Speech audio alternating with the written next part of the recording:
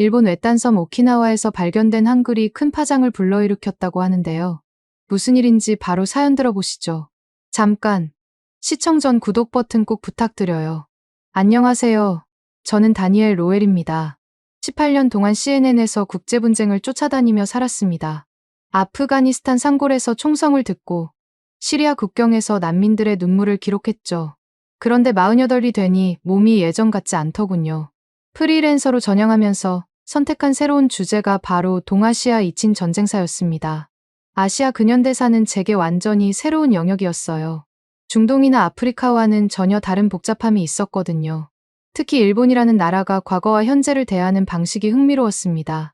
그래서 첫 번째 취재지로 오키나와를 선택했죠. 오키나와에 대해 조사하면서 놀라운 사실을 알게 됐습니다. 이곳이 원래 일본 땅이 아니었다는 거예요. 류큐 왕국이라는 독립된 나라였는데 1879년 일본이 류큐국을 폐지하고 일본으로 편입하였습니다. 한국처럼 일제강점을 겪은 곳이었어요. 나하공항에 내린 첫날부터 뭔가 다른 느낌이었습니다. 일본 본토와는 확실히 달랐어요. 건물도 다르고 사람들 얼굴도 다르고 심지어 공기마저 다른 것 같았습니다. 류큐 왕국의 흔적을 찾기 위해 여러 곳을 돌아다녔는데 대부분은 관광지로 포장된 상태였어요. 공항에서 렌트카를 빌려 남쪽으로 향했습니다. 수리성과 식물원들을 둘러봤지만 관광객들로 붐비는 곳에서는 진짜 역사를 찾기 어려웠어요. 현지 가이드북을 뒤적이다가 이토만시라는 지명을 발견했습니다. 오키나와 전투의 마지막 격전지라고 나와 있었거든요. 사흘째 되던 날, 이토만시 외곽 재개발 구역에 도착했습니다.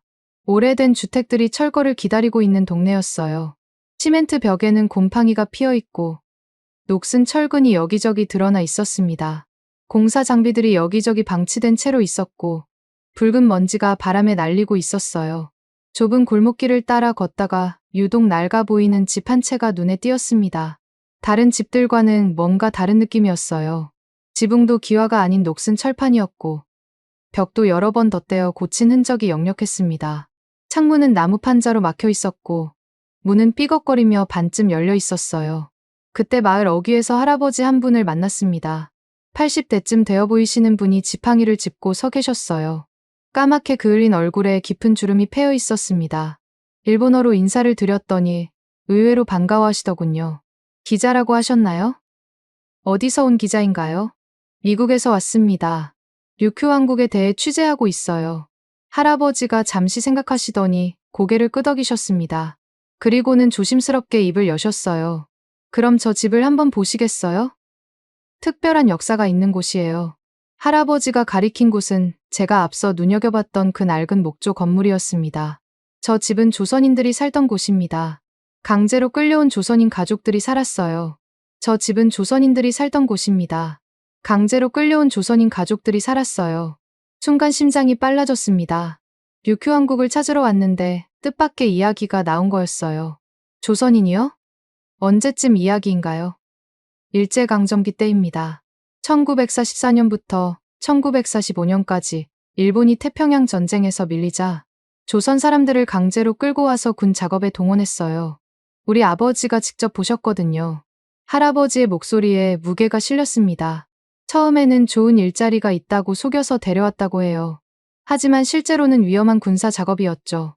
동굴 파기, 비행장 건설, 탄약 운반, 폭격이 떨어지는 위험한 곳에서 일해야 했어요. 할아버지의 허락을 받고 집 안으로 들어갔습니다. 문을 열자마자 곰팡이 냄새가 코를 찔렀어요. 천장이 낮아서 고개를 숙여야 했고 바닥은 나무 판자가 군데군데 썩어 있었습니다. 좁은 방 안에는 낡은 이불과 부서진 찬장이 있었습니다. 벽에는 못질로 고정된 모시옷 같은 것이 걸려 있었고요. 여기가 부엌이었고 저쪽이 잠자리였어요. 한 가족이 이 작은 공간에서 살았다고 하시더군요. 방 한쪽 구석에 나무함이 놓여 있었습니다. 뚜껑이 살짝 열려 있어서 안을 들여다봤는데 곰팡이가 핀 종이들이 보였어요. 조심스럽게 꺼내보니 한글로 적힌 편지였습니다. 한글을 읽을 줄 몰라서 휴대폰으로 사진을 찍었어요. 편지와 함께 흑백 사진도 몇 장 있었습니다. 작업복을 입은 남자들이 서 있는 사진이었는데 옷에 한자가 적혀 있었어요. 쌀링이라고 쓰여 있더군요. 미쓰비시네요. 아, 그때 미쓰비시에서 석탄광산을 운영했거든요. 조선인들이 그곳에서 일했어요. 오키나와에서도 석탄을 실어 나르는 부두 작업을 했다고 하시더군요. 할아버지의 설명을 들으며 편지를 다시 살펴봤습니다. 종이는 누렇게 변색됐지만 글씨는 또렷했어요. 날짜는 1918년으로 적혀 있었습니다. 무려 100년도 더 된 편지였어요. 카메라를 들고 이곳저곳을 촬영했습니다. 좁은 방, 낡은 벽, 녹슨 철판 지붕까지 모든 걸 기록에 남겼어요. CNN에서 배운 습관이었습니다. 현장의 모든 걸 놓치지 말고 담아내라. 이 집에 몇 가족이나 살았나요? 정확히는 모르겠지만 아버지 말씀으로는 3, 4가족이 함께 살았다고 하셨어요. 아이들도 있었다고 하시더군요. 벽의 낡은 흔적들을 자세히 살펴봤습니다. 못 자국, 생활의 흔적들, 아이들이 그었을 것 같은 낙서들. 한 가족의 삶이 고스란히 남아 있었어요. 해방 후에는 어떻게 됐나요? 대부분 고향으로 돌아갔다고 해요. 하지만 돌아가는 과정이 쉽지 않았다고 하시더군요. 배편도 없고 돈도 없고 할아버지의 증언을 메모하면서 가슴이 무거워졌습니다. 이런 개인적인 기억들이 역사책에는 나오지 않는 진실일 수 있거든요. 큰 역사는 작은 이야기들의 집합이라고 생각해왔습니다. 편지를 다시 들여다봤습니다. 누군가의 절실한 마음이 고스란히 담겨 있었어요. 정성껏 쓴 글씨체, 조심스럽게 접힌 종이, 소중히 보관된 흔적들. 이 편지가 누군가에게는 세상에서 가장 소중한 것이었을 거라는 생각이 들었습니다.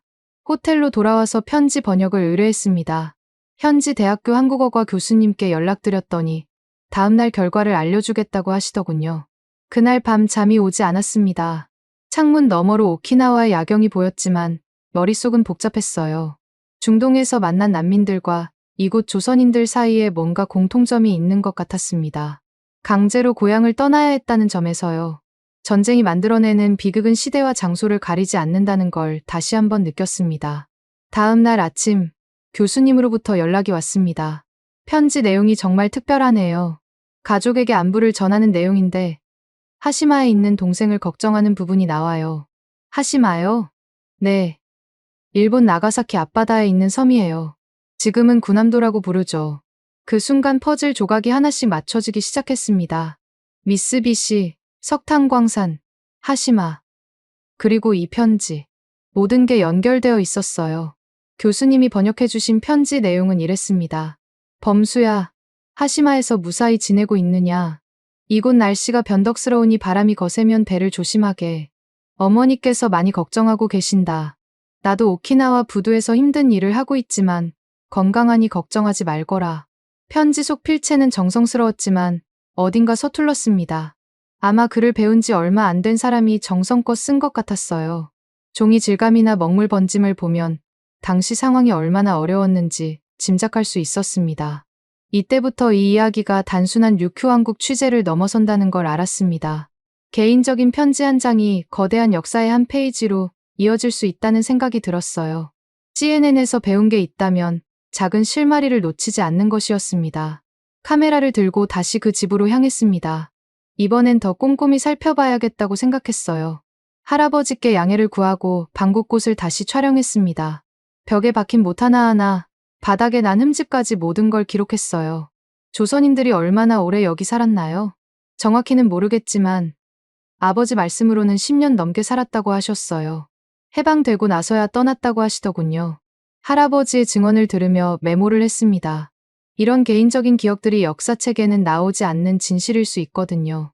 그날 오후 현지 도서관을 찾았습니다.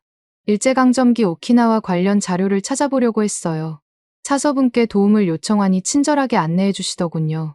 1910년대부터 1940년대까지 자료를 찾고 계시는군요. 이쪽 서가에 관련 문서들이 있어요. 오래된 문서들을 하나씩 넘겨봤습니다.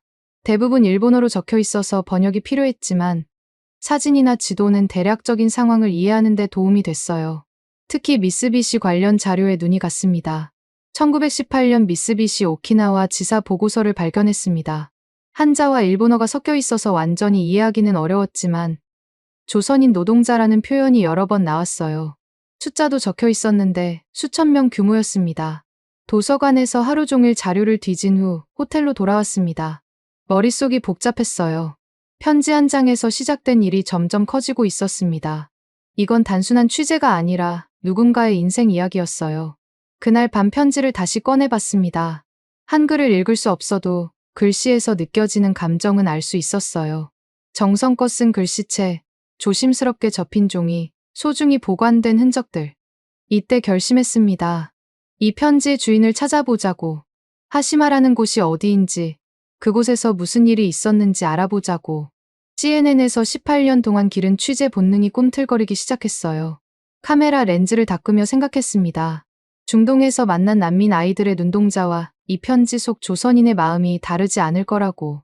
시대도 다르고 장소도 다르지만 고향을 그리워하는 마음은 같을 테니까요. 다음 날부터 본격적인 조사를 시작했습니다. 먼저 하시마가 어디인지 정확히 알아야 했어요. 인터넷 검색 결과 나가사키현 앞바다에 있는 작은 섬이었습니다. 지금은 구남도라는 이름으로 더 유명하더군요. 구남도 관련 자료를 찾아보니 놀라운 사실들이 나왔습니다. 과거 석탄 채굴이 활발했던 곳이고 미쓰비시가 운영했던 광산이었어요. 그리고 조선인 강제동원과 관련된 역사가 있다는 것도 확인했습니다. 편지 속 범수라는 이름이 자꾸 머릿속을 맴돌았습니다. 누군가의 동생이었을 범수는 지금 어디 있을까요? 살아있다면 100살이 넘었을 텐데 아마 세상을 떠났을 가능성이 높았어요. 하지만 후손들은 있을 수도 있었습니다. 오키나와 현지 기록보관소를 찾아갔습니다. 일제강점기 관련 자료를 더 자세히 보고 싶었거든요. 담당자분이 친절하게 안내해 주셨는데 생각보다 많은 자료가 보관되어 있었어요. 이 시기 조선인 관련 자료요? 네, 꽤 있습니다. 하지만 대부분 일본어로 되어 있어서 번역이 필요할 거예요. 문서를 하나씩 살펴보니 당시 상황이 조금씩 그려졌습니다. 조선인들이 석탄 운반, 채굴, 부두 작업에 동원됐다는 기록이 있었어요. 당시 미군은 오키나와의 조선인 군속 포로를 노예 노동자라고 표기했습니다.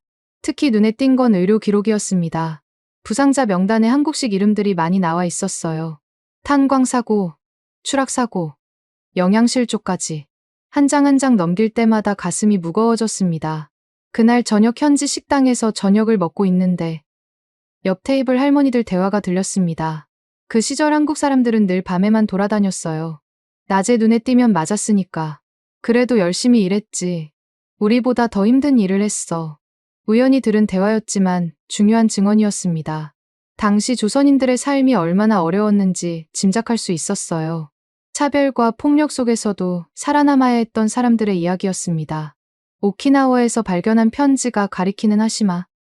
즉 구남도로 향하기 전에 현지에서 더 많은 단서를 찾아야 했습니다. 편지 속 범수라는 이름과 1918년이라는 시기, 그리고 미쓰비시라는 회사명이 퍼즐의 중요한 조각들이었거든요. 이토만시 도서관에서 사흘째 자료를 뒤지고 있었습니다. 일본어로 된 문서들을 번역 앱의 도움을 받아가며 하나씩 살펴봤어요. 1910년대부터 1920년대까지의 오키나와 관련 기록들이 상당히 많았습니다. 특히 미쓰비시 관련 문서에서 흥미로운 내용을 발견했어요. 조선인 노동자 수급 현황이라는 제목의 1919년 보고서였습니다. 한자와 일본어가 섞여 있어서 완전히 이해하기는 어려웠지만 몇 가지 중요한 정보를 얻을 수 있었어요. 오키나와 부두에서 석탄 운반 작업에 투입된 조선인이 약 3,000명. 그중 상당수가 하시마 탄광과 연결된 업무를 담당했다는 내용이었습니다. 도서관 사서분께서 조심스럽게 다가오셨습니다. 혹시 이 시대 관련해서 증언을 들을 수 있는 분을 아시나요? 직접 겪으신 분은 이제 거의 안 계시고요. 하지만 부모님이나 조부모님께 들은 이야기를 기억하시는 분들은 있어요. 우라소의 지역에 할머니 한 분이 계시는데 조선인 관련 이야기를 많이 아시거든요. 다음 날 아침 우라소에로 향했습니다. 나아에서 차로 30분 거리에 있는 작은 마을이었어요. 골목길이 미로처럼 얽혀있고 낡은 목조 주택들이 다닥다닥 붙어 있었습니다. 차서분이 알려주신 주소를 찾아 한참을 헤맸어요. 구자마 할머니는 90살이 넘으셨지만 정신이 또렷하셨습니다. 작은 체구에 구부정한 허리, 하지만 눈만큼은 생생했어요. 차 한 잔을 건네주시며 말씀을 시작하셨습니다. 조선 사람들 이야기요? 우리 어머니가 늘 하시던 얘기예요. 할머니의 어머니는 1920년대부터 오키나와 부두 근처에서 작은 식당을 운영했다고 합니다. 그곳에 조선인 노동자들이 자주 왔었대요. 어머니 말씀으로는 그 사람들이 참 불쌍했다고 해요. 밥을 제대로 못 먹어서 뼈만 앙상했고 옷도 누더기였다고 하시더군요. 할머니가 기억하는 이야기는 생생했습니다. 조선인들은 새벽 4시에 일어나 부두로 나가서 석탄을 실어 나르는 일을 했대요. 하시마에서 실려온 석탄을 다른 배에 옮겨 싣는 작업이었죠. 그 시절 한국 사람들은 늘 밤에만 돌아다녔어요. 낮에 눈에 띄면 일본 사람들이 때렸으니까요. 할머니의 증언은 제가 식당에서 우연히 들었던 대화와 일치했습니다. 특히 기억나는 건 그 사람들끼리 한국말로 이야기할 때 목소리가 참 작았다는 거예요. 들킬까봐 무서워했거든요. 구자마 할머니는 어머니로부터 들은 더 구체적인 이야기를 들려주셨습니다. 조선인 가족 중에 아픈 아이가 있어서 할머니, 어머니가 약을 구해다 준 적이 있었대요. 그때 그 가족이 눈물을 흘리며 고마워했다는 이야기였습니다. 그 가족도 하시마에 가족이 있다고 했어요. 편지를 받으면 울면서 읽더래요. 이 대목에서 소름이 돋았습니다. 제가 발견한 편지와 관련이 있을 수도 있겠다는 생각이 들었거든요. 혹시 그 가족 이름을 기억하시나요? 글쎄요. 어머니가 한국 이름은 어려워서 잘 기억 못하신다고 하셨거든요. 다만 큰아들 이름이 범수였다는 건 기억해요. 범수하고 자주 불렀거든요. 심장이 쿵쾅거렸습니다. 편지 속 범수와 같은 이름이었어요. 우연의 일치일 수도 있지만 가능성은 충분했습니다.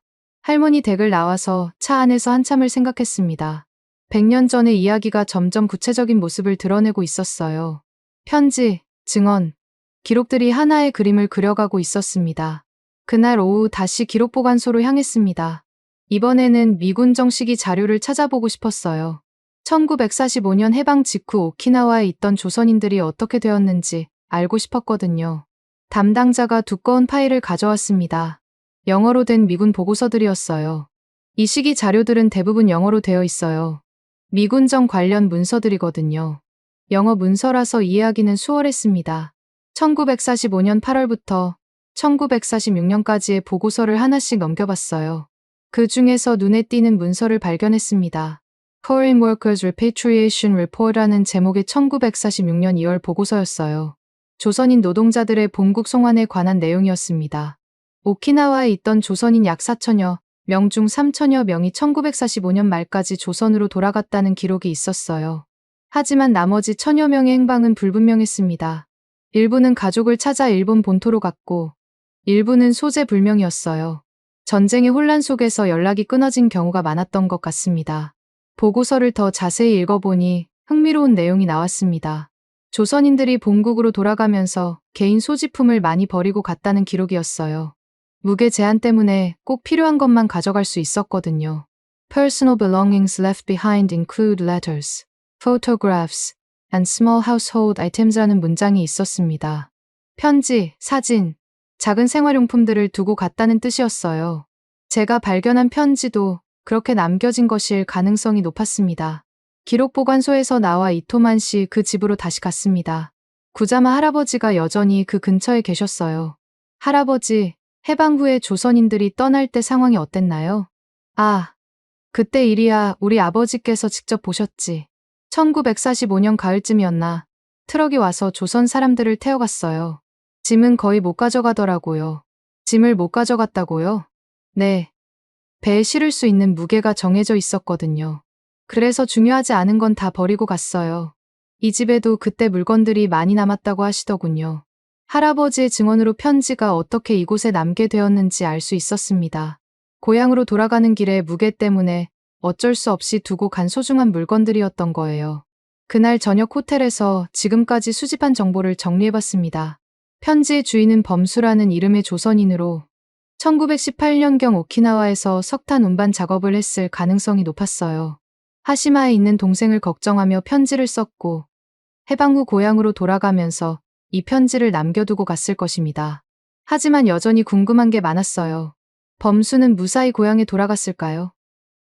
하시마에 있던 동생은 어떻게 되었을까요? 그리고 이들의 후손은 지금 어디에 있을까요? 다음 날 일본 내무성 기록을 찾아보기 위해 나아 시립도서관으로 갔습니다.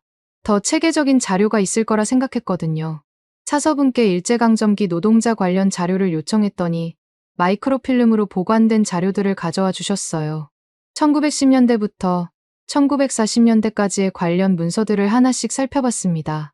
그 중에서 1918년 조선인 노무자 관리 대장이라는 문서를 발견했어요. 오키나와 지역에 배치된 조선인 명단이 적혀 있었습니다. 명단을 천천히 훑어보다가 깜짝 놀랐습니다. 박범수라는 이름이 있었어요. 나이는 23세, 출신지는 경상북도 안동, 배치 장소는 오키나와 나아항이라고 적혀 있었습니다. 박범수, 편지 속 범수와 같은 이름이었어요. 성까지 박씨라니. 이건 우연이라고 하기엔 너무 일치하는 부분이 많았습니다. 명단을 더 자세히 보니 흥미로운 정보가 추가로 있었어요. 가족 관계란에 동생 박철수, 하시마 배치라고 적혀 있었습니다. 철수, 편지에서 범수가 걱정하던 바로 그 동생이었어요. 이제 확신이 섰습니다. 제가 발견한 편지는 박범수가 동생 박철수에게 보낸 것이 틀림없었어요. 1918년 오키나와에서 하시마로 보낸 편지였던 거죠. 하지만 기쁨도 잠시 또 다른 의문이 생겼습니다. 박범수는 안동 출신이라고 되어 있는데 편지는 어떻게 오키나와에 남아 있었을까요? 범수가 철수에게 보낸 편지라면 철수가 가지고 있어야 하는 게 아닌가요? 이 의문을 풀기 위해 다시 기록을 뒤져봤습니다. 그러다가 놀라운 사실을 발견했어요.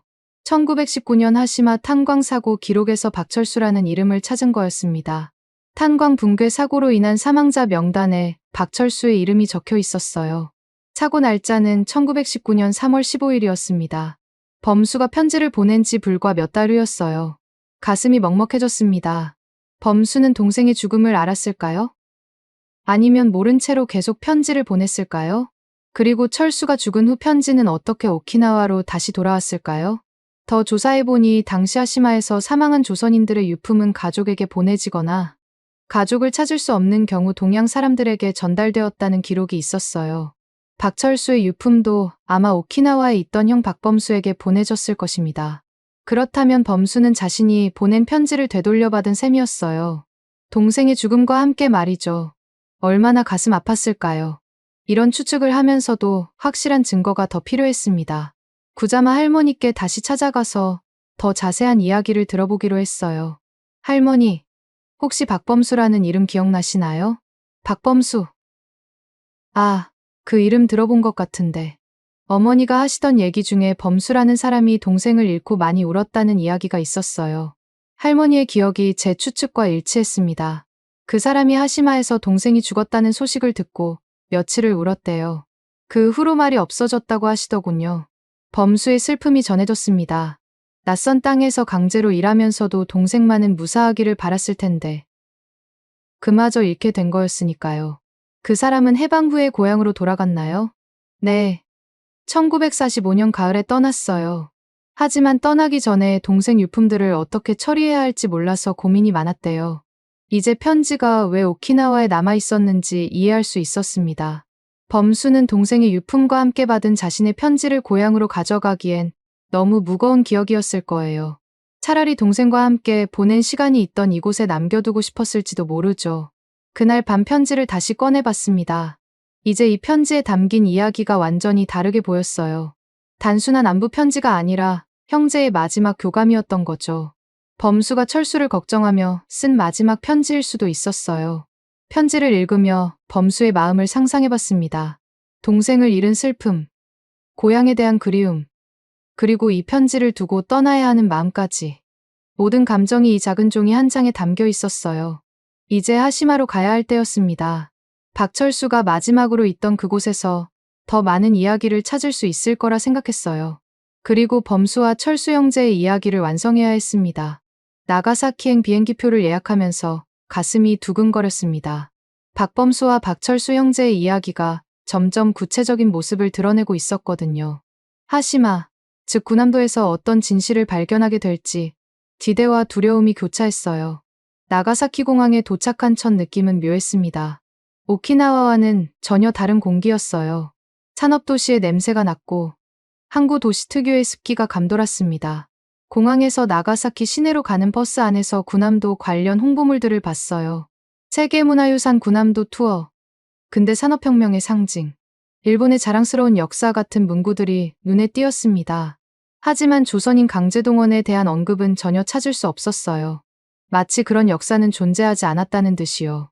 나가사키 시내 호텔에 짐을 풀고 바로 항구로 향했습니다. 군함도 투어는 날씨가 좋은 날에만 운영된다고 해서 미리 예약을 해둔 상태였어요. 다행히 다음날 날씨가 맑을 거라는 예보였습니다. 항구 주변을 둘러보니 군함도 관련 전시관이 있었어요. 들어가 보니 군함도의 영광스러운 과거만 강조되어 있었습니다. 석탄 생산량 기록, 일본 근대화에 기여한 공로, 첨단 기술 도입 등등. 하지만 그곳에서 일했던 조선인들의 이야기는 한 줄도 없었어요. 전시관 관리인에게 조심스럽게 물어봤습니다. 혹시 군함도에서 일했던 조선인에 대한 자료가 있나요? 관리인이 잠시 당황하는 기색을 보이더니 대답했습니다. 그런 자료는 여기 전시관에는 없습니다. 주로 기술적인 측면에 초점을 맞춰서 전시하고 있거든요. 예상했던 반응이었어요. 불편한 역사는 감추고 싶어 하는 게 당연했죠.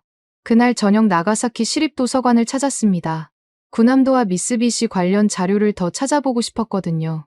사서분께 조선인 노동자 관련 자료를 문의했더니 별관에 있는 자료실로 안내해 주셨어요. 이 시기 자료들은 민감한 내용이 많아서 별도로 보관하고 있어요. 연구 목적이시라면 열람할 수 있습니다. 별관 자료실은 일반인들이 쉽게 접근하기 어려운 곳이었어요. 신분증을 확인하고 서명을 한 후에야 들어갈 수 있었습니다. 마치 감춰진 역사를 보관하는 비밀 창고 같았어요. 자료실에서 1910년대부터 1940년대까지의 미쓰비시 사내 문서들을 찾았습니다. 그 중에서 하시마 탄광 조선인 노무자 관리 대장이라는 두꺼운 파일이 눈에 띄었어요. 드디어 찾았다는 생각이 들었습니다. 파일을 펼쳐보니 조선인 노동자들의 명단이 빼곡히 적혀 있었어요. 이름, 나이, 출신지, 배치 날짜, 작업 내용까지 상세하게 기록되어 있었습니다. 그 중에서 박철수의 이름을 찾아봤어요. 있었습니다. 박철수, 25세, 경상북도 안동, 1918년 2월 15일 배치, 지하 채굴 작업. 범수보다 2살 어린 동생이었네요. 그리고 사망 날짜도 정확히 기록되어 있었어요. 1919년 3월 15일, 갱도 붕괴 사고로 사망. 박철수의 기록을 더 자세히 보니 가슴이 아팠습니다.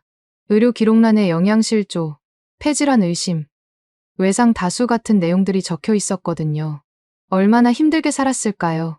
같은 시기에 하시마에서 사망한 조선인들의 명단도 있었어요. 1918년부터 1945년까지 무려 수백 명이 목숨을 잃었다는 기록이었습니다. 사고, 질병, 영양실조 등이 주요 사망 원인이었어요. 특히 충격적인 건 1919년 3월 15일 갱도 붕괴 사고 기록이었습니다. 그날 하루에만 23명이 사망했는데 그중 18명이 조선인이었어요. 박철수도 그중 한 명이었죠. 사고 보고서를 읽어보니 더욱 가슴이 무거워졌습니다. 안전 장비 부족, 위험 지역 작업 강행, 조선인 우선 배치 같은 문구들이 나왔거든요. 조선인들을 위험한 곳에 우선적으로 배치했다는 뜻이었어요. 그날 밤 호텔에서 박철수의 마지막 날들을 상상해봤습니다. 형 범수가 오키나와에서 보낸 편지를 받으며 얼마나 기뻤을까요? 그리고 사고가 나던 그날은 어떤 기분이었을까요? 다음 날 아침, 드디어 군함도로 향하는 배에 올랐습니다. 나가사키항에서 출발하는 관광선이었어요. 승객들은 대부분 일본 관광객들이었고 외국인은 저를 포함해 몇 명뿐이었습니다. 배가 출발하자 가이드가 군함도에 대한 설명을 시작했습니다. 여러분, 지금부터 일본이 자랑하는 근대 산업유산을 보러 가겠습니다. 군함도는 메이지 시대부터 석탄을 채굴해 일본의 근대화에 크게 기여한 곳입니다. 가이드의 설명은 계속해서 일본의 자랑, 기술의 발전, 근대화의 상징 같은 표현들로 가득했어요. 하지만 그곳에서 강제로 일하며 죽어간 조선인들에 대한 언급은 단 한 번도 없었습니다. 바다 위에서 군함도가 점점 가까워졌습니다. 정말 군함 같은 모습이었어요. 회색 콘크리트 건물들이 빼곡히 들어선 작은 섬이었습니다. 하지만 지금은 완전히 폐허가 되어 있었어요. 배에서 내려 섬에 발을 디디는 순간 묘한 기분이 들었습니다. 100년 전 박철수도 이 부두에 발을 디뎠을 거라는 생각이 들었거든요. 처음 이곳에 왔을 때 어떤 기분이었을까요? 관광객들은 안전펜스가 설치된 정해진 구역에서만 돌아볼 수 있었어요. 가이드가 건물들을 가리키며 설명했습니다. 저기 보이는 건물이 당시 세계 최고층 아파트였습니다. 일본 기술의 우수성을 보여주는 상징이죠. 하지만 저는 다른 것에 관심이 있었어요. 조선인들이 살았던 숙소는 어디였을까? 박철수가 일했던 갱도 입구는 어디였을까 하는 것들 말이에요. 관광 코스가 끝나고 자유시간이 주어졌을 때 조용히 가이드에게 다가갔습니다. 혹시 조선인들이 살았던 곳을 알 수 있을까요? 가이드가 주변을 둘러보더니 작은 목소리로 말했습니다. 공식적으로는 말씀드릴 수 없지만 저 건물 뒤쪽에 있었어요. 하지만 지금은 출입 금지 구역입니다.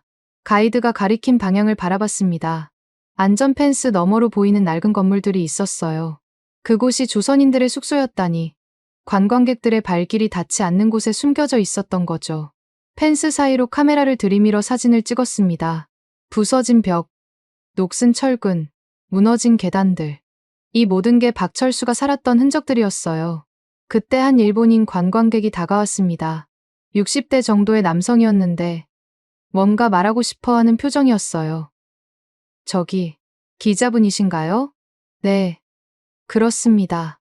사실 저희 할아버지가 이곳에서 일하셨어요. 할아버지께서 생전에 하신 말씀이 있는데 그분이 들려준 이야기는 충격적이었습니다. 할아버지는 젊은 시절 군함도에서 일했는데 조선인들과 함께 일했다고 했어요. 그런데 조선인들의 대우가 너무 비참해서 평생 가슴에 남았다고 하시더라는 거였어요. 할아버지가 늘 말씀하셨어요. 조선 사람들은 가장 위험한 곳에서 일해야 했고 밥도 제대로 못 먹었다고. 특히 젊은 사람들이 사고로 많이 죽었다고 하시더군요. 그분의 증언은 제가 기록에서 본 내용들과 일치했습니다. 할아버지는 돌아가시기 전에 이런 말씀을 하셨어요. 언젠가는 그 사람들 이야기도 제대로 알려줘야 한다고요. 가슴이 뭉클했습니다. 진실을 기억하고 있는 일본인도 있다는 사실에 희망을 느꼈어요. 군함도에서 나와 다시 나가사키로 돌아오는 배 위에서 생각에 잠겼습니다. 박철수는 이 바다를 건너올 때 어떤 마음이었을까요? 고향에 대한 그리움, 형에 대한 그리움, 그리고 불안한 미래에 대한 두려움이 뒤섞였을 거예요. 나가사키에 도착해서 미쓰비시 나가사키 조선소 근처를 둘러봤습니다. 군함도에서 채굴된 석탄이 실려와 사용되던 곳이었거든요. 지금은 현대적인 조선소로 바뀌어 있었지만 당시의 흔적들을 찾을 수 있었어요. 조선소 입구에 있는 박물관에 들어가 봤습니다. 여기서도 마찬가지로 일본의 근대화 성과만 강조되어 있었어요. 하지만 한쪽 구석에 작은 전시판이 하나 있었습니다. 외국인 노동자들을 기여하는 제목이었는데 아주 작은 글씨로 조선인 노동자들에 대한 언급이 있었어요. 하지만 강제동원이라는 표현 대신 노동력 지원이라는 완곡한 표현을 쓰고 있었습니다.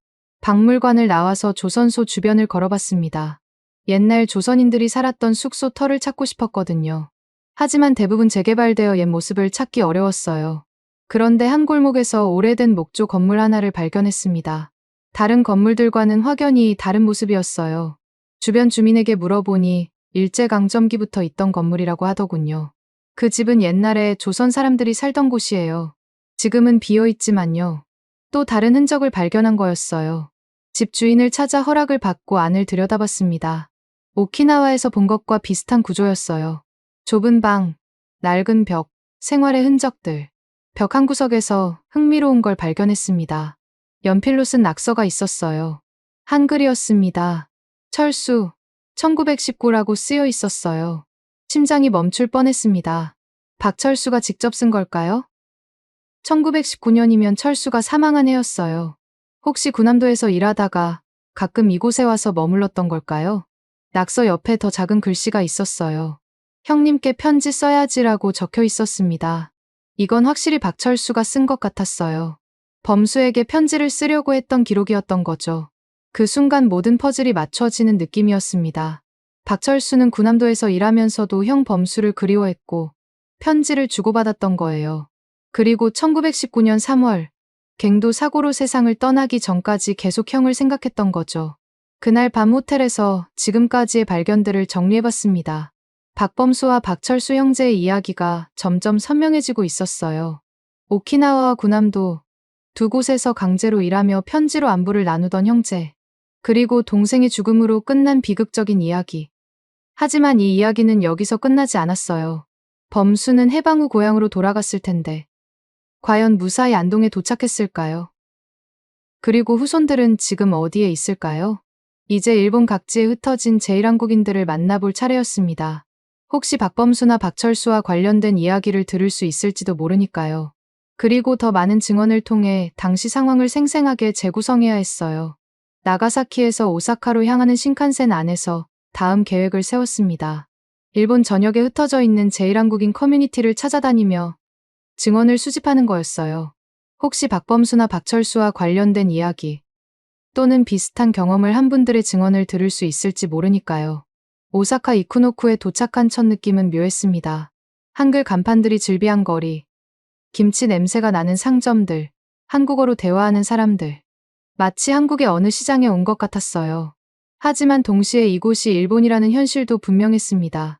코리아타운 입구에서 만난 할머니께 조심스럽게 말을 걸어봤습니다. 안녕하세요. 기자인데요. 일제강점기 강제동원에 대해 취재하고 있습니다. 할머니가 잠시 경계하는 눈빛을 보이더니 천천히 대답하셨어요. 또 그런 이야기를 파헤치러 온 거야? 요즘 젊은 사람들은 그런 옛날 이야기에 왜 그렇게 관심이 많은지 모르겠어. 할머니께서 직접 겪으신 일인가요? 나는 여기서 태어났지만 우리 아버지가 그런 일을 겪으셨지. 할머니는 망설이다가 근처 찻집으로 저를 안내했습니다. 낡은 목조 건물에 자리 잡은 작은 찻집이었어요. 벽에는 오래된 흑백 사진들이 걸려 있었습니다. 우리 아버지는 1943년에 홋카이도 탄광으로 끌려가셨어. 그때 내가 10살이었지. 할머니의 이름은 김순자 씨였습니다. 78살이셨는데 아버지에 대한 기억이 또렷했어요. 아버지는 부산에서 좋은 일자리가 있다는 말에 속아서 일본으로 오셨대. 하지만 실제로는 탄광에서 목숨 걸고 일해야 했지. 김순자 할머니의 아버지는 홋카이도에서 3년 동안 일하다가 해방 후 가족들과 재회했다고 합니다. 하지만 그 과정이 순탄하지만은 않았어요. 아버지가 돌아오셨을 때 완전히 다른 사람이 되어 있었어. 말수도 없어지고 밤마다 악몽을 꾸시고 탄광에서 무슨 일을 겪으셨는지 끝까지 말씀하지 않으셨지. 할머니는 서랍에서 낡은 상자를 꺼내왔습니다. 아버지의 유품들이 들어 있었어요. 그 중에서 손때 묻은 성경책 하나가 눈에 띄었습니다. 이 성경책은 아버지가 홋카이도에서 가져오신 거야. 표지를 보렴. 성경책 표지에는 부산중앙교회라는 도장과 함께 1935년 날짜가 찍혀 있었어요. 이게 무슨 의미인가요? 아버지 말씀으로는 홋카이도에서 만난 다른 조선인이 주신 거래. 그분이 돌아가시면서 이걸 고향에 가져다 달라고 하셨다는구나. 가슴이 뭉클해졌습니다. 낯선 땅에서 죽어간 누군가의 마지막 부탁이었던 거네요. 김순자 할머니의 아버지는 그 약속을 지키기 위해 성경책을 평생 간직하셨던 거였어요. 그분 이름은 아시나요? 박씨 성을 가진 분이었다고 하시던데. 정확한 이름은 기억이 안 나. 박씨. 혹시 박범수나 박철수와 관련이 있을까요? 성경책을 자세히 살펴보니 여백의 작은 글씨로 뭔가 적혀 있었어요. 범수형. 미안해. 먼저 간다. 철수가. 손이 떨렸습니다. 이건 박철수가 쓴 글이 틀림없었어요. 하시마에서 죽기 전에 홋카이도로 온 걸까요? 아니면 다른 박철수일까요? 할머니, 혹시 그분이 하시마나 구남도에서 왔다고 하신 적 있나요? 아, 맞다. 아버지가 그러셨어. 그분이 나가사키 쪽 섬에서 일하다가 홋카이도로 옮겨왔다고 하시더라고. 이제 확신이 섰습니다. 박철수는 하시마에서 사고를 당해 죽은 게 아니라 홋카이도로 이송되었던 거예요. 그리고 그곳에서 병으로 세상을 떠났을 가능성이 높았습니다. 김순자 할머니와 더 이야기를 나누며 당시 상황을 들을 수 있었어요. 홋카이도 탄광에서도 조선인들의 대우는 비참했다고 합니다. 추위, 굶주림, 위험한 작업 환경 속에서 많은 사람들이 목숨을 잃었다고 해요. 아버지가 가끔 하시던 말씀이 있어. 거기서 죽은 조선 사람들 이야기는 누가 기억해 줄 거냐고. 할머니의 말이 가슴에 깊이 박혔습니다. 그래서 제가 이 일을 하고 있는 거겠죠.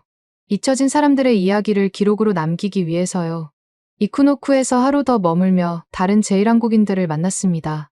대부분 비슷한 이야기들이었어요. 강제로 끌려온 부모나 조부모, 해방 후에도 계속된 차별, 그리고 조국에 대한 그리움. 그 중에서 특히 기억에 남는 분이 있었습니다. 80대 후반의 이정남 할아버지였는데 직접 구남도에서 일하신 경험이 있으셨어요. 내가 구남도에 있던 건 1944년부터 1945년까지야. 그때 나이가 16이었지. 이정남 할아버지는 박철수보다 훨씬 나중에 구남도에 갔지만 그곳의 상황을 생생하게 기억하고 계셨어요. 구남도에는 조선 사람들만 따로 사는 구역이 있었어. 일본 사람들과는 완전히 분리되어 있었지. 밥도 다르게 줬고 일도 더 위험한 걸 시켰어. 할아버지의 증언을 들으며 메모를 했습니다. 박철수가 살았던 환경을 구체적으로 알 수 있는 귀중한 증언이었거든요. 조선 사람들끼리는 서로 도왔어. 고향 이야기도 하고 편지도 대신 써주고 특히 형제가 떨어져 있는 경우가 많았는데 서로 안부를 묻곤 했지. 혹시 박철수라는 분 기억나시나요? 할아버지가 잠시 생각하시더니 고개를 끄덕이셨어요. 박철수. 그 이름 들어본 것 같은데. 아, 맞다. 그분은 내가 가기 전에 이미 다른 곳으로 옮겨갔다고 들었어.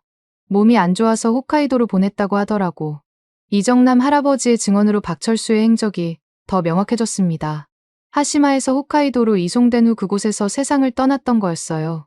그때 조선 사람들은 몸이 안 좋으면 홋카이도나 다른 탄광으로 보내줬어. 일 못하는 사람은 쓸모없다고 생각했거든.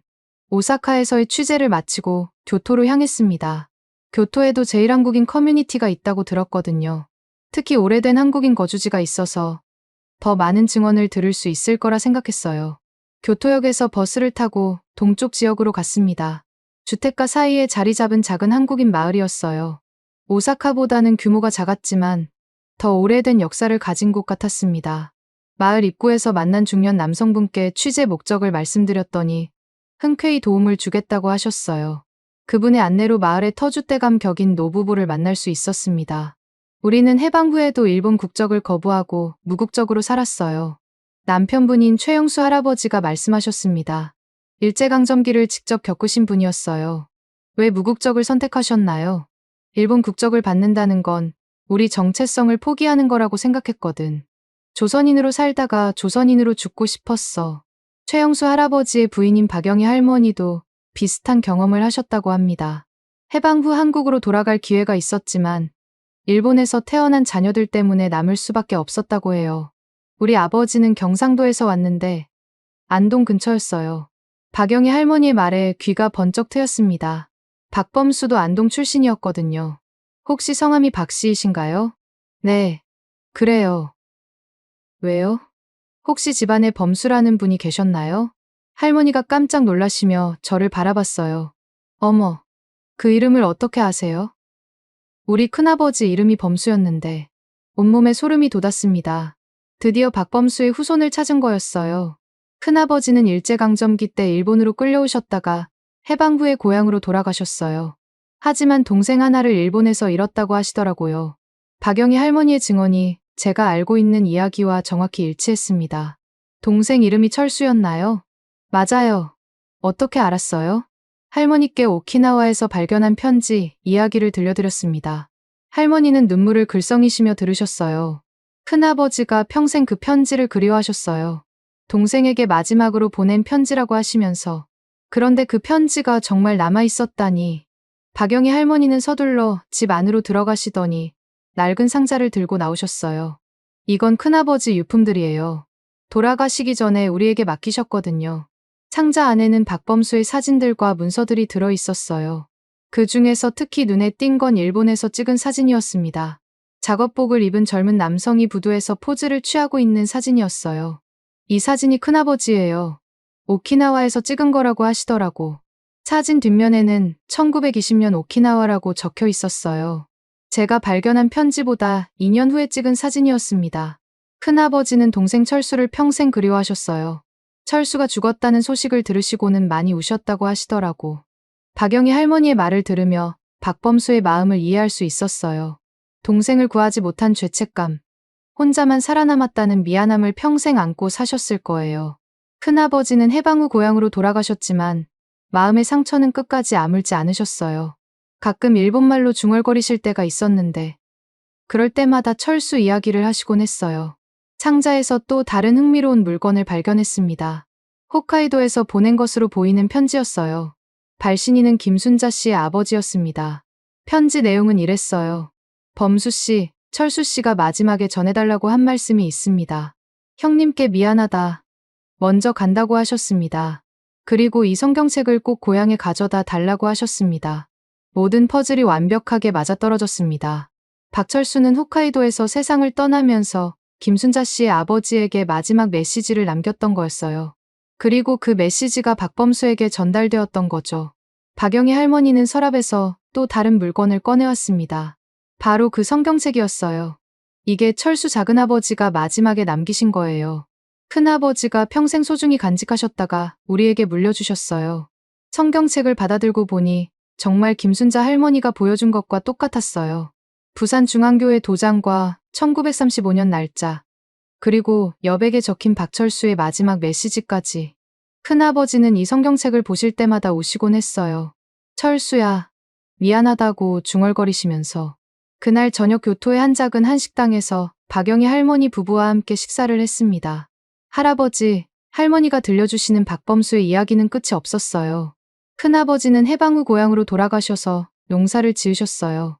결혼도 하시고 자식들도 낳으셨지만 일본에서의 기억은 평생 지우지 못하셨어요. 특히 철수 작은아버지 제사 때마다 많이 우셨다고 해요. 일본에서 제대로 장례도 치러주지 못했다고 하시면서 박범수는 1970년대까지 안동에서 사시다가 세상을 떠나셨다고 합니다. 마지막까지 일본에서의 기억과 동생에 대한 그리움을 안고 사셨던 거죠. 큰아버지 자식들, 그러니까 저희 사촌들이 부산에 살고 있어요. 연락처를 알려드릴까요? 박영희 할머니의 제안에 가슴이 뛰었습니다.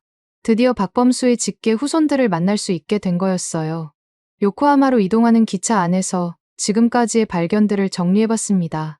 오키나와에서 시작된 편지 한 장이 이렇게 많은 사람들의 이야기로 이어질 줄 몰랐어요.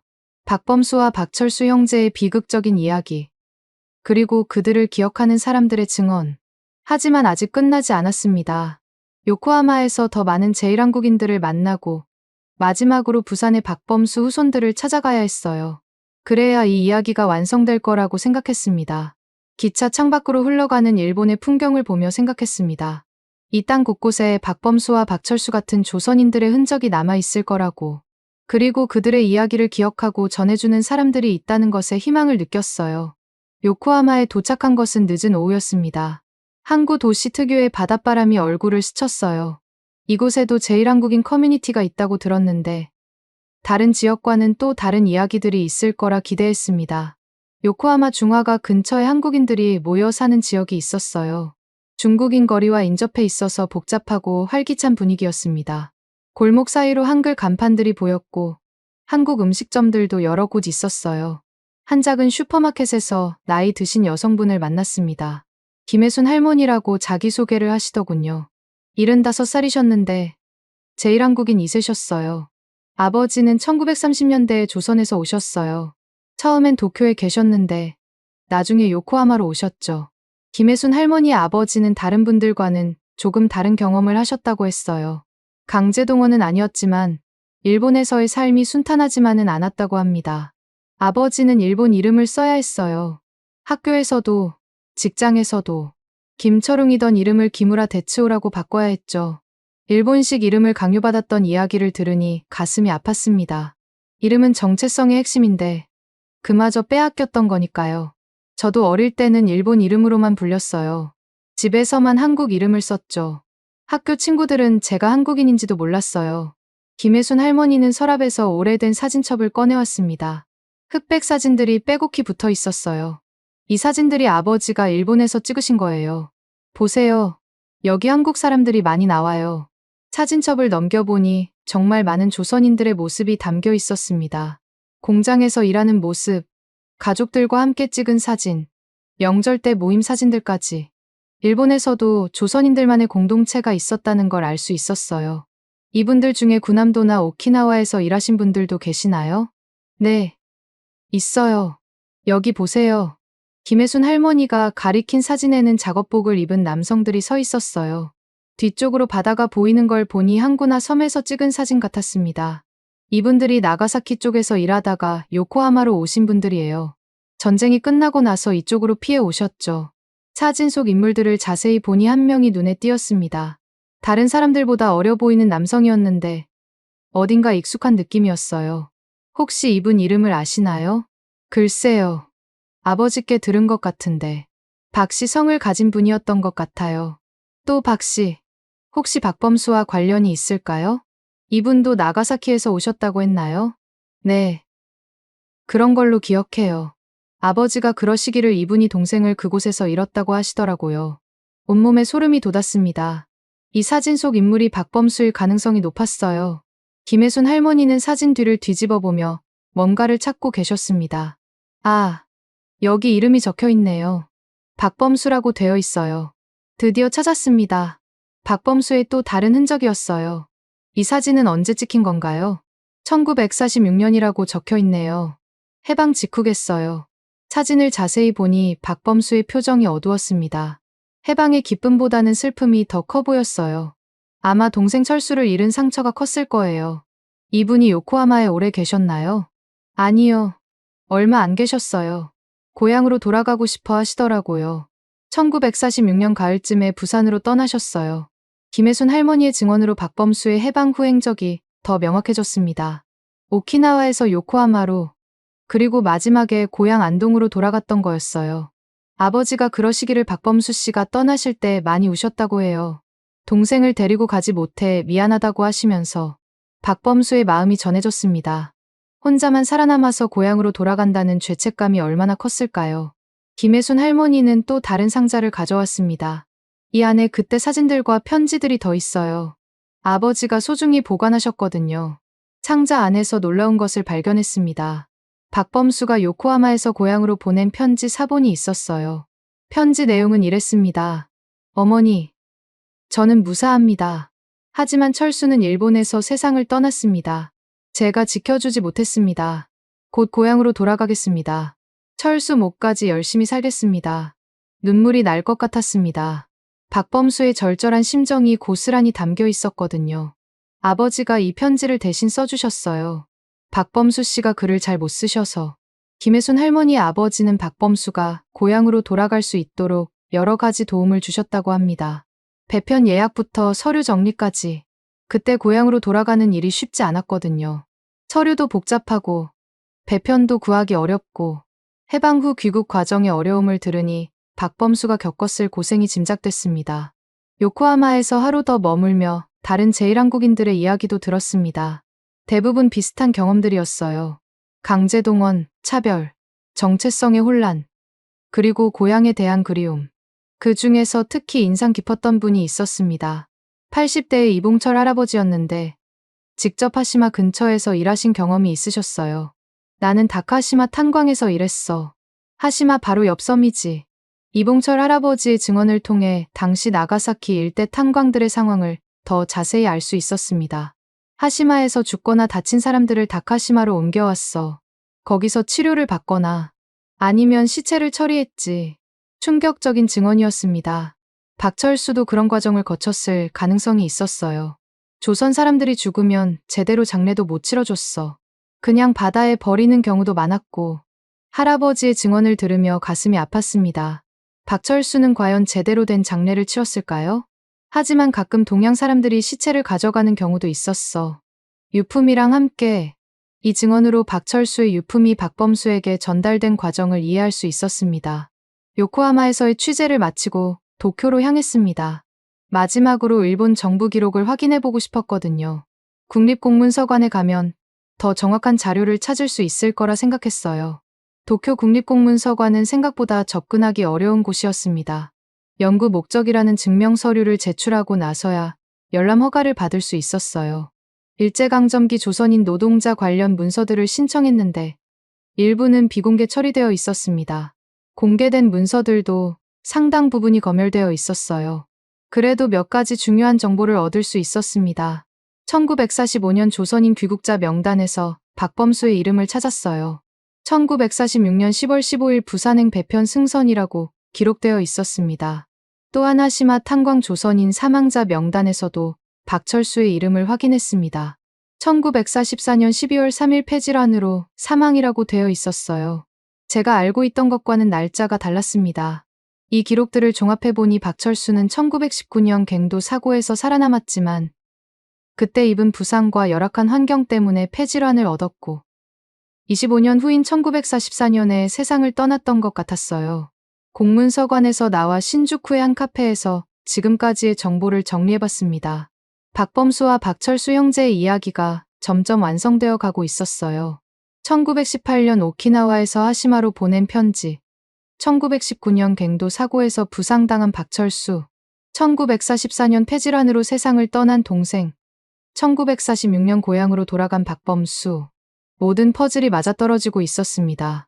하지만 아직 가장 중요한 부분이 남아 있었어요. 박범수의 후손들을 직접 만나서 이 이야기를 전해드리는 것. 그리고 그들로부터 박범수의 말년에 대한 이야기를 듣는 것. 그날 밤 호텔에서 부산행 항공편을 예약했습니다. 교토에서 만난 박영희 할머니가 알려준 연락처로 박범수의 손자에게 전화를 걸었어요. 여보세요? 박민수 씨인가요? 저는 다니엘 로웰이라는 기자입니다. 할아버지 박범수 씨에 대해 취재하고 있는데 전화 너머로 잠시 침묵이 흘렀습니다. 할아버지 이야기를 왜 취재하시는 거죠? 오키나와에서 할아버지가 쓰신 편지를 발견했습니다. 일본에서 겪으신 일에 대해 자세히 알고 싶어서요. 편지요? 할아버지가 일본에서 쓰신 편지를? 박민수 씨의 목소리에 놀라움이 섞여 있었습니다. 네. 동생분에게 보내신 편지입니다. 철수라는 분에게. 아, 철수 작은할아버지. 할아버지가 평생 그리워하셨던. 박민수 씨는 흔쾌히 만나자고 했습니다. 할아버지에 대한 이야기를 나누고 싶다고 하시더군요. 다음 날 아침 하네다 공항에서 부산행 비행기에 올랐습니다. 2시간 반의 짧은 비행이었지만 마음은 복잡했어요. 드디어 박범수의 후손들을 만나게 된다는 기대감과 동시에 이 무거운 이야기를 어떻게 전해드려야 할지 고민이 됐습니다. 부산공항에 도착했을 때 박민수 씨가 마중 나와 계셨어요. 50대 중반쯤 되어 보이는 분이었는데 어딘지 모르게 사진에서 본 박범수와 닮은 구석이 있었어요. 안녕하세요. 멀리서 오시느라 고생하셨습니다. 박민수 씨는 생각보다 따뜻하게 맞아주셨어요. 공항에서 나와 부산 시내로 향하는 차 안에서 간단한 이야기를 나눴습니다. 사실 저희도 할아버지가 일본에서 겪으신 일에 대해 자세히는 몰랐어요. 워낙 말씀을 안 하셔서. 박민수 씨의 말을 들으니 박범수가 얼마나 힘든 기억을 간직하고 계셨는지 알 수 있었어요. 하지만 가끔 술을 드시면 철수 작은할아버지 이야기를 하시곤 했어요. 그때마다 우시더라고요. 부산 시내의 한 조용한 찻집에서 박민수 씨와 본격적인 대화를 시작했습니다. 제가 지금까지 발견한 모든 것들을 차근차근 설명드렸어요. 오키나와의 편지, 군함도의 흔적, 제1한국인들의 증언까지. 박민수 씨는 눈물을 글썽이며 들으셨습니다. 할아버지가 그런 일을 거푸셨다니. 저희는 정말 몰랐어요. 그리고는 자신도 모르던 이야기들을 들려주기 시작했습니다. 박범수가 고향에 돌아온 후의 삶, 가족을 이룬 과정, 그리고 마지막까지 안고 가신 아픔들까지. 할아버지는 철수 작은할아버지를 위한 제사를 매년 지내셨어요. 정확한 기일을 모르셔서 음력 12월 초하루에 지내셨죠. 박범수는 동생을 잃은 죄책감을 평생 안고 사셨던 거였어요. 하지만 그 아픔을 혼자만 간직하시며 가족들에게는 말씀하지 않으셨던 거죠. 내일 안동으로 함께 가시겠어요? 할아버지 묘소도 있고 옛날에 사셨던 집터도 보여드릴 수 있어요. 박민수 씨의 제안에 고개를 끄덕였습니다. 박범수의 마지막 여정을 따라가고 싶었거든요. 부산에서 안동으로 향하는 고속도로를 달리며 박민수 씨로부터 더 많은 이야기를 들을 수 있었습니다. 창밖으로 펼쳐지는 경상도 산야를 보니 박범수가 고향으로 돌아올 때의 심정이 어땠을지 상상이 됐어요. 할아버지는 1946년 겨울에 안동에 도착하셨어요. 그런데 집안 사정이 많이 바뀌어 있었죠. 일제강점기 동안 땅도 많이 빼앗기고 가족들도 뿔뿔이 흩어져 있었고요. 박민수 씨의 설명을 들으며 박범수가 겪었을 또 다른 고통을 느꼈습니다. 고향에 돌아왔지만 예전과 같지 않은 현실을 마주해야 했던 거죠. 그래도 할아버지는 묵묵히 농사를 지으시며 가정을 꾸리셨어요. 할머니와 결혼하신 것도 1948년이었고요. 안동 시내에 들어서자 낙동강이 굽이쳐 흐르는 모습이 보였습니다. 하회마을로 유명한 이곳이지만 박범수에게는 일본에서의 악몽을 씻어낼 수 있는 고향이었을 거예요. 박민수 씨가 차를 멈춘 곳은 안동시 외곽의 작은 마을이었습니다. 전형적인 농촌 마을의 모습이었는데 기와집들과 논밭이 평화롭게 어우러져 있었어요. 여기가 할아버지가 해방 후 사셨던 동네예요. 지금은 많이 바뀌었지만 그때 분위기는 남아있어요. 마을 입구에서 만난 80대 할머니께서 박민수 씨를 알아보시더군요. 어머, 민수야. 오랜만이네. 이분은 누구신가? 할아버지 이야기를 취재하러 온 기자님이세요. 아, 범수 영감 이야기를? 그분 참 고생 많이 하셨지. 마을 할머니의 증언도 들을 수 있었습니다. 박범수가 이 마을에서 어떻게 살았는지, 어떤 분이었는지에 대한 생생한 기억들이었어요. 범수 영감은 말이 별로 없으셨어. 그런데 가끔 혼자 중얼거리실 때가 있었는데 그럴 때 보면 일본말 같은 게 섞여 나오곤 했지. 일본에서 고생을 많이 하셨나 봐요. 그렇지. 동생을 하나 거기서 잃었다고 하시더라고. 그때마다 눈물을 글썽이시곤 했어. 할머니의 증언을 통해 박범수가 마을 사람들에게도 동생 이야기를 하셨다는 걸 알 수 있었습니다. 아무리 감추려 해도 가슴 깊은 곳의 아픔은 숨길 수 없었던 거겠죠. 박민수 씨의 안내로 박범수가 살았던 집터를 찾아갔습니다. 지금은 새 집이 들어서 있었지만 주변의 지형이나 나무들은 그대로 남아 있었어요. 할아버지는 이 집에서 30년 넘게 사셨어요. 농사도 지으시고 자식들도 키우시고 겉으로는 평범한 농민이셨죠. 하지만 박민수 씨의 기억 속 할아버지는 평범하지 않은 면이 있었다고 합니다. 할아버지는 한글을 매우 소중히 여기셨어요. 우리에게도 한글 공부를 정말 열심히 시키셨고 일본 것들은 되도록 멀리 하시려고 했어요. 박범수의 그런 모습이 일본에서의 경험과 관련이 있었을 거라는 생각이 들었습니다. 강제로 일본어를 써야 했던 기억, 조선인으로서의 정체성을 지키려 했던 의지가 해방 후에도 계속되었던 거죠. 특히 12월이 되면 할아버지가 많이 우울해지셨어요. 지금 생각해보니 철수 작은할아버지가 돌아가신 달이어서 그러셨나 봐요. 박범수는 정확한 동생의 기일을 모르셨지만 대략적인 시기는 알고 계셨던 것 같았어요. 그래서 매년 12월이 되면 마음이 무거워지셨던 거겠죠. 집터에서 조금 떨어진 곳에 작은 사당이 있었습니다. 박민수 씨가 안내해준 곳이었어요. 할아버지가 직접 만드신 사당이에요. 공식적인 사당은 아니지만 철수 작은할아버지를 위해 만드셨다고 해요. 사당 안에는 작은 위패가 하나 있었습니다. 꾸 박철수지위라고 적혀 있었어요. 박범수가 직접 써서 모신 것 같았습니다. 사당 앞에 무릎을 꿇고 잠시 묵념했습니다. 70년 전 하시마에서 세상을 떠난 박철수를 위해, 그리고 평생 동생을 그리워했던 박범수를 위해서요. 할아버지는 돌아가시기 전까지 이 사당에서 매주 제사를 지내셨어요. 아무도 모르게 혼자서요. 박범수의 마음이 얼마나 아팠을까요? 동생의 시신도 제대로 수습하지 못하고 장례도 치러주지 못한 채 혼자만 살아서 고향에 돌아온 죄책감. 그 무게를 평생 혼자 감당하셨던 거네요. 사당에서 나와 마을 뒷산으로 올라갔습니다. 박범수의 묘소가 있는 곳이었어요. 그리 높지 않은 야산이었지만 마을 전체가 내려다 보이는 좋은 자리였습니다. 할아버지 묘소예요. 1978년에 돌아가셨거든요. 묘비에는 꾸 박범수 지묘라고 간단히 새겨져 있었습니다. 특별한 치장이나 화려함은 없었지만 정성스럽게 관리되고 있었어요. 묘소 앞에서 제가 가져온 오키나와의 편지를 꺼냈습니다. 박범수가 동생에게 보낸 마지막 편지. 이제 그분께 돌려드릴 때가 된 것 같았어요. 할아버지, 철수 작은할아버지에게 보내신 편지를 가져왔습니다. 오키나와에서 70년 넘게 기다리고 있었어요. 바람이 불어와 편지를 살짝 흔들었습니다. 마치 박범수가 답하는 것 같았어요. 박민수 씨도 눈물을 흘리며 무릎을 꿇었습니다. 할아버지, 저희가 몰랐던 이야기를 이제 알게 됐어요. 얼마나 힘드셨을까요? 그날 오후 박민수 씨의 집에서 가족들을 만났습니다. 박범수의 손자, 손녀들과 증손자들까지. 차대에 걸친 가족들이 모여 앉아 할아버지의 이야기를 들었어요. 제가 지금까지 발견한 모든 것들을 차근차근 설명해 드렸습니다. 오키나와에서 발견한 편지, 구남도에서의 흔적, 제1한국인들의 증언, 그리고 박철수의 마지막 순간까지.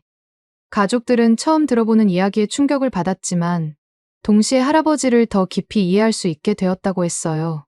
할아버지가 왜 그렇게 우울해하실 때가 많았는지 이제 알겠어요.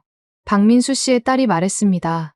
할아버지가 왜 일본 음식이나 일본 문화를 그렇게 싫어하셨는지도 이해가 돼요. 박범수의 며느리도 덧붙였습니다. 가족들과 함께 저녁을 먹으며 더 많은 이야기를 나눴습니다. 박범수가 자식들에게는 절대 하지 않았던 일본에서의 경험들. 하지만 가끔 술을 드시고 중얼거렸던 말들을 통해 가족들도 짐작은 하고 있었다고 해요. 할아버지는 우리에게 항상 공부 열심히 해라. 나라가 강해야 한다고 말씀하셨어요. 박범수의 장남인 박영수 씨가 말씀하셨습니다. 그때는 왜 그런 말씀을 하시는지 이해 못했는데 지금 보니 일제강점기 경험 때문이었던 것 같아요. 박범수는 자신이 겪은 고통을 후손들이 겪지 않기를 바라셨던 거겠죠. 강한 나라, 자주적인 민족이 되어야 한다는 신념을 가지고 계셨던 거예요.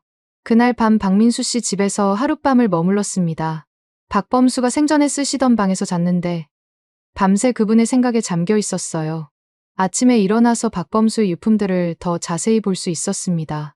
그 중에서 특히 눈에 띈 것은 낡은 일기장이었어요. 할아버지가 해방 후에 쓰신 일기예요. 가끔 읽어보시곤 하셨어요. 박민수 씨가 허락해 주셔서 일기를 읽어볼 수 있었습니다. 대부분은 농사일이나 일상적인 내용이었지만 가끔 의미 깊은 문장들이 나왔어요. 철수야, 형이 미안하다. 너를 지켜주지 못해서. 오늘도 꿈에서 철수를 봤다. 하시마에서 나를 부르는 것 같았다. 언젠가는 너의 이야기를 세상에 알려야겠다. 박범수는 평생 동생의 죽음을 자신의 책임으로 여기고 계셨던 거였어요. 그리고 언젠가는 그 이야기를 세상에 알리고 싶어 하셨던 거죠. 일기의 마지막 부분에는 이런 글이 있었습니다. 내 자식들아, 할아버지가 일본에서 겪은 일을 너희는 모를 것이다. 하지만 언젠가 누군가 그 이야기를 찾아올 것이다. 그때 모든 걸 말해주어라. 철수의 이야기도, 나의 이야기도. 마치 저희 방문을 예견하신 것 같은 글이었어요. 박범수는 언젠가 누군가 이 이야기를 찾아올 것을 알고 계셨던 거죠. 안동에서의 마지막 날, 박민수 씨와 함께 박범수가 다녔던 초등학교를 찾아갔습니다. 지금은 폐교가 되어 있었지만 박범수가 해방 후 한글을 다시 배우기 위해 다녔던 곳이라고 해요. 할아버지는 일본에서 돌아오신 후 한글을 제대로 배우고 싶어 하셨어요. 그래서 아이들과 함께 야학에 다니셨죠. 40살이 넘은 나이에 아이들과 함께 앉아서 한글을 배우시는 박범수의 모습을 상상하니 가슴이 뭉클했습니다. 일본에서 빼앗겼던 우리말, 우리 글을 되찾고 싶으셨던 거겠죠. 폐교 교실에 남아있는 낡은 칠판을 보니 박범수가 여기서 한글을 배우셨을 때의 모습이 그려졌어요. 얼마나 간절한 마음으로 공부하셨을까요? 할아버지는 나중에 마을에서 한글을 못 읽는 어른들에게 글을 가르쳐 주시기도 했어요. 일제강점기 때 교육을 제대로 못 받은 분들이 많았거든요. 박범수는 자신이 받은 상처를 딛고 일어나 다른 사람들을 도우셨던 거네요. 일본에서의 고통스러운 경험을 바탕으로 민족 교육의 중요성을 깨달으셨던 거겠죠. 안동을 떠나기 전 마지막으로 박범수의 묘소를 다시 찾았습니다. 이번에는 혼자서요. 할아버지께 마지막 인사를 드리고 싶었거든요. 할아버지, 철수 작은할아버지의 이야기를 세상에 알리겠습니다. 두 분이 겪으신 고통이 헛되지 않도록 많은 사람들에게 전하겠어요. 바람이 불어와 나무집들이 바스락거렸습니다. 마치 박범수가 고마워하는 것 같았어요. 부산으로 돌아가는 길에 박민수 씨가 말했습니다. 기자님 덕분에 할아버지를 더 잘 알게 됐어요. 그리고 우리가 해야 할 일도 알게 됐고요. 어떤 일이요? 할아버지의 이야기를 후손들에게 제대로 전해주는 일이요. 그리고 철수 작은할아버지를 위한 제사도 계속 지내는 일이고요.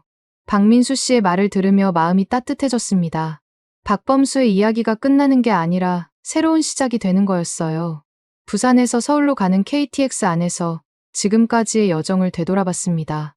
오키나와에서 시작된 편지 한 장이 이렇게 많은 사람들의 이야기로 이어질 줄 몰랐어요.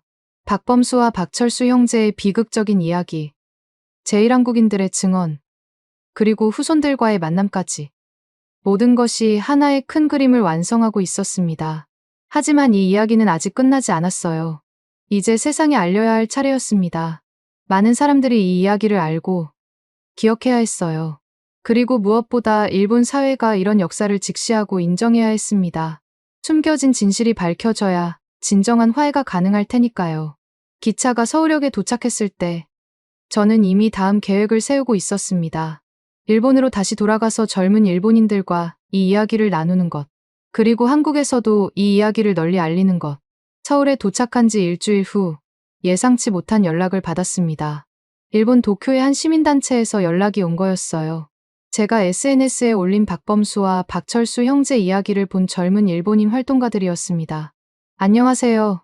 저는 도쿄에서 역사 왜곡 반대 운동을 하는 다나카 유키입니다. 선생님이 발견하신 이야기에 깊은 감동을 받았어요. 전화 너머 일본어로 들려오는 목소리는 진지하고 간절했습니다. 저희가 지금 준비하고 있는 프로젝트가 있는데 선생님의 도움이 필요해요. 일본 내에서 역사 진실 알리기 캠페인을 하고 있거든요. 다나카 씨는 20대 후반의 대학원생으로 일본 근현대사를 연구하면서 조선인 강제동원 문제에 관심을 갖게 되었다고 했어요.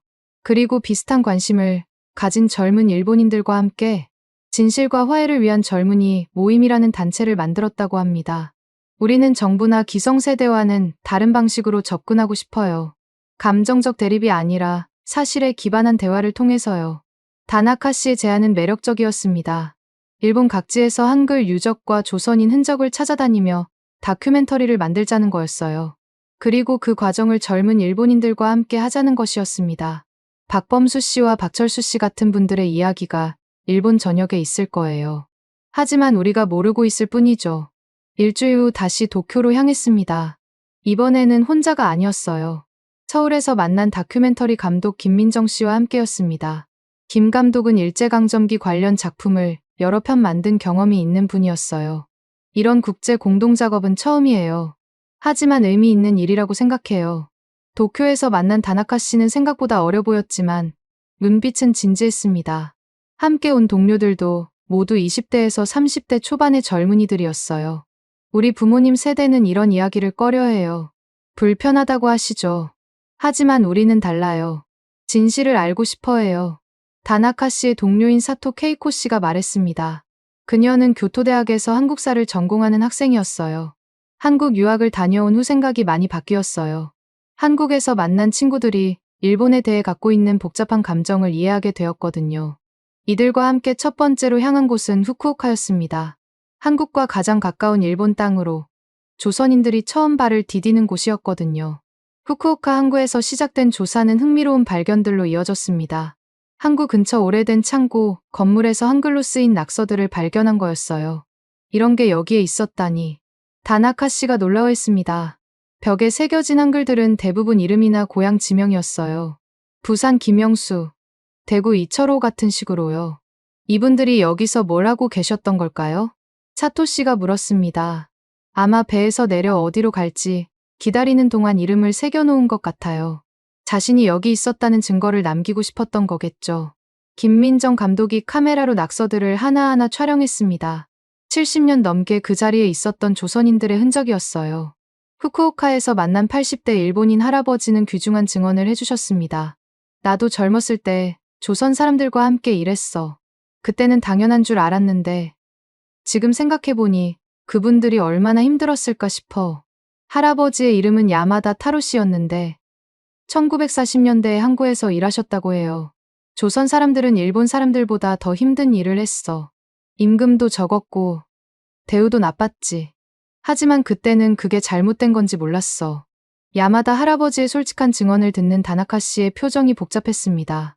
할아버지 같은 분들이 더 계실까요? 있지. 하지만 대부분 말하기를 꺼려해. 부끄러운 일이라고 생각하거든. 다음으로 향한 곳은 오사카였습니다. 제1한국인 커뮤니티와 일본인 활동가들이 함께하는 워크숍에 참여하기 위해서였어요. 오사카의 한 시민회관에서 열린 워크숍에는 다양한 연령대의 일본인들이 참석했습니다. 대부분 젊은이들이었지만 일부 중장년층도 있었어요. 저희는 일본이 과거에 저지른 잘못을 인정하고 진심으로 사과해야 한다고 생각해요. 워크숍을 주관한 히로시마 대학의 다케다 교수가 말했습니다. 하지만 감정적 접근보다는 사실에 기반한 접근이 필요해요. 구체적인 증거와 증언을 통해서 말이죠. 제가 박범수와 박철수의 이야기를 발표하자 참석자들은 깊은 관심을 보였습니다. 특히 젊은 참석자들의 반응이 인상적이었어요. 이런 개인적인 이야기가 더 와닿아요. 추상적인 숫자나 통계보다 훨씬 생생하게 느껴져요. 20대 대학생인 요시다 씨가 말했습니다. 우리 할아버지도 전쟁 때 공장에서 일하셨는데 조선인들과 함께 일했다고 하시더라고요. 하지만 자세한 이야기는 안 해주셨어요. 워크숍 후 참석자들과 함께 이쿠노쿠를 방문했습니다. 제가 이전에 갔던 그 코리아타운이었어요. 이번에는 일본인 젊은이들과 함께 가서 제1한국인들의 이야기를 직접 들어보는 시간이었습니다. 김순자 할머니를 다시 만났을 때 할머니는 일본인 젊은이들이 함께 온 것을 보고 놀라워하셨어요. 요즘 젊은 일본 사람들이 이런 이야기에 관심이 있다니. 네. 할머니, 저희는 진실을 알고 싶어 해요. 그래야 진정한 화해가 가능하다고 생각하거든요. 다나카 씨가 정중하게 인사했습니다. 김순자 할머니는 일본인 젊은이들에게 아버지의 이야기를